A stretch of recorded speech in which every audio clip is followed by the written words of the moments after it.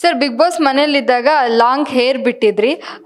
ನನ್ನ ಫ್ರೆಂಡ್ಸ್ ಎಲ್ಲ ಕೇಳ್ತಾ ಇದ್ರು, ಅವ್ರೇನಾದ್ರು ಸಿಕ್ಕಿದ್ರೆ ಕೇಳು, ಯಾಕೆ ಹೇರ್ ಸ್ಟೈಲ್ ಚೇಂಜ್ ಮಾಡಿದ್ರು ಅಂತ ಕೇಳು ಅಂತ. ಒಂದು ಅದೇ ಅದಕ್ಕಿಂತ ಮುಂಚೆ ಏನು ಘಟನೆಗಳದ್ದು ಬೇಜಾರಲ್ಲಿ ಆ ಕೂದಲು ಇಟ್ಕೊಂಡಿದ್ದೆ. ಯಾವಾಗ ನಾನು ಎಲ್ಲೋ ಸ್ವಲ್ಪ ಕಳೆದೋಗಿದೆ ಅದರಲ್ಲಿ. ಬಿಗ್ ಬಾಸ್ ಮನೆ ನನಗೆ ನನ್ನ ತಂದುಕೊಡ್ತು. ಹೊಸ ಜೀವನ, ಹೊಸ ಧ್ರುವಂತಾಗಿ ಮನೆಯಿಂದ ಹೊರಗಡೆ ಈ ದೇವಸ್ಥಾನದಿಂದ ಕಾಲಿಡಬೇಕಾದ್ರೆ ಹೊಸ ಜೀವನಕ್ಕೆ ಹೊಸ ಮೇಕವರಿಂದ ಹೊಸ ಲುಕ್ಕಲ್ಲೇ ಇಡಬೇಕು ಅಂತ ಭಾಳ ಆಸೆ ಇತ್ತು. ಮೇಕವರ್ಗೂ ಕೇಳಿದ್ದೆ, ಆದರೆ ಅದು ಆಗಲಿಲ್ಲ. ಹೊರಗಡೆ ಮಾಡಿಕೊಂಡೆ. So I started my again new era ಅಂತ ಹೇಳ್ಬೋದು ನೀವು. ಅದೇನು 2.0 ಅಂತ ಹೇಳ್ತಾರಲ್ಲ, ನ್ಯೂ ಎರಾ ಧ್ರುವನ್. ಸೊ ಹೊಸ ಎರಾ. ಆ ಸೀರಿಯಲ್ ಹಳೆದು ಬೇರೆ, ಇನ್ನು ಬರೋ ಎರಾ ಬೇರೆ ನಂದು. ಸೊ ಸರ್ ರಕ್ಷಿತಾ ಅವ್ರನ್ನ ನೀವು ಸ್ಟಾರ್ಟಿಂಗ್ ಡೇಸಲ್ಲಿ ನೀವು ಅವರನ್ನು ತಂಗಿ ಅಂತ ಕರಿತಿರ್ತೀರ. ಇನ್ನು ಮುಂದೇನು ಆ ರಿಲೇಷನ್ಶಿಪ್ನ ಕಂಟಿನ್ಯೂ ಮಾಡ್ತೀರಾ ಸರ್?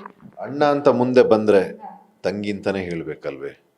ಸೊ ಅವರ ಅಫೆಕ್ಷನ್ ಕೊಟ್ಟರೆ ನನ್ನಿಂದ ಅಫೆಕ್ಷನ್. ನಿಮ್ಗೆ ಗೊತ್ತು, ಧ್ರುವಂತೊಂದು ಕನ್ನಡಿ, ಮುಂದೆ ಏನು ಬರುತ್ತೆ ಅದರದ್ದೇ ಪ್ರತಿಬಿಂಬ ಇರುತ್ತೆ.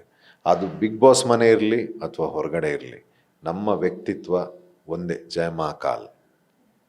ಸರ್ ವಿಲನ್ ಟಾಸ್ಕ್ ಬಂದಾಗ ನೀವು ಬಿಗ್ ಬಾಸ್ನ ಅಂದರೆ ನೀವು ಇಟ್ಟಿರೋ ನಂಬಿಕೆನ ಉಳಿಸ್ಕೊತೀನಿ, ಅದಕ್ಕೊಂದಿಷ್ಟು ಜನ ಗೇಲಿ ಕೂಡ ಮಾಡ್ತಾರೆ ಮನೆ ಒಳಗೆ. ಅಂದರೆ ನಿಮಗೆ ಅದೇನು ಇಷ್ಟನೋ, ಅಂದರೆ ನೀವು ಹೇಳಿದ್ರಿ, ನೀವು ಹೇಳಿದ್ದಲ್ಲದೆ ನಾವು ಟ್ರೋಲ್ಸ್ ಪೇಜಲ್ಸು ನೋಡಿದ್ವಿ, ಏನು ನೀವು ದೇವಸ್ಥಾನ ಅಂದಿದ್ದನ್ನು, ಕೈ ಮುಗಿತಾ ಇದ್ದಿದ್ದ ರೀತಿನ. ಯಾಕಂದರೆ ಯಾರು ಆ ಮನೆನ ವೇದಿಕೆನ ಅಷ್ಟು ಗೌರವಿಸೋದು ಕಮ್ಮಿ ಆಗಿದೆ ಇತ್ತೀಚಿನ ದಿನಗಳಲ್ಲಿ. ಆದರೆ ನೀವು ಆ 3 ತಿಂಗಳು ಅದನ್ನು ದೇವಸ್ಥಾನದ ಥರನೇ ನೋಡಿದ್ವಿ. ಆದರೂ ನೀವು ಬಿಗ್ ಬಾಸ್ನ ಬರ್ತೀನಿ, ನಾನು ಬಟ್ಟೆ ಹಾಕೋಣಲ್ಲ ಅಂತ ವಿರೋಧ ವ್ಯಕ್ತಪಡೋಕೆ ಒಂದಷ್ಟು ಗೇಲಿಗಳು ಕೂಡ ಬರುತ್ತೆ. ಸೊ ನಾನು ಎಲ್ಲಿ ಒಂದು ಕಡೆ ಅದಕ್ಕೆ ಏನು ಚಾಲೆಂಜಸ್ ನನಗೆ ಬರೋದಾದರೆ ಆ ಚಾಲೆಂಜಸ್ನ ತಗೊಂಡು ವಿನ್ ಮಾಡಬೇಕು ಅಂತ ಭಾಳ ಇತ್ತು. ಬಿಗ್ ಬಾಸ್ನ ಅವರು ಆ ವಿಲನ್ ಆ ಟಾಸ್ಕ್ ಏನು ಬರುತ್ತೆ, ಅವ್ರು ನನಗೆ ಚಾಲೆಂಜಸ್ ಕೊಡ್ತಾರೆ. ಹೌದಾ, ನೀನು ಹೇಗೆ ತಗೊಂಬರ್ತೀಯ ಅಂತ. ಆಗ ನನಗೆ ಪ್ರೂವ್ ಮಾಡ್ಕೊಳ್ಳೋದೊಂದು ಅವಕಾಶ, ಪ್ಲ್ಯಾಟ್ಫಾರ್ಮ್ ಸಿಗುತ್ತೆ ಅಂತ.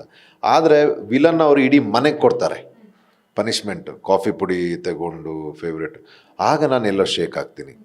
ನನ್ನ ಒಬ್ಬನೇ ಡಿಸಿಷನಿಂದ ಮನೆಯವ್ರಿಗೆ ಎಫೆಕ್ಟ್ ಆಗಬಾರ್ದು ಅಂತ ನಾನು ಮತ್ತೆ ಕಾಂಪ್ರಮೈಸ್ ಆಗ್ತೀನಿ. ಕಾಂಪ್ರಮೈಸ್ ಆಗಲ್ಲ, ವಿಚಾರ ಅದೇ ಇರುತ್ತೆ, ಆದರೆ ನಿಮ್ಮನ್ನು ಎದುರಿಸಿ ನಾನು ಮತ್ತೆ ತರ್ತೀನಿ ಅಂತ. ಸೊ ಅದೆಲ್ಲೋ ಒಂದು ಗೇಮಲ್ಲಿ ಒಂದು ಚಿಕ್ಕ ನನ್ನದೇ ಆದ ಒಂದು ಶೈಲಿಯಲ್ಲಿ ನಾನೊಂದು ಕೊಟ್ಟಂಥ ಒಂದು ವಿಭಿನ್ನ ಅಪ್ರೋಚ್ ಅಂತ ಹೇಳ್ಬೋದು.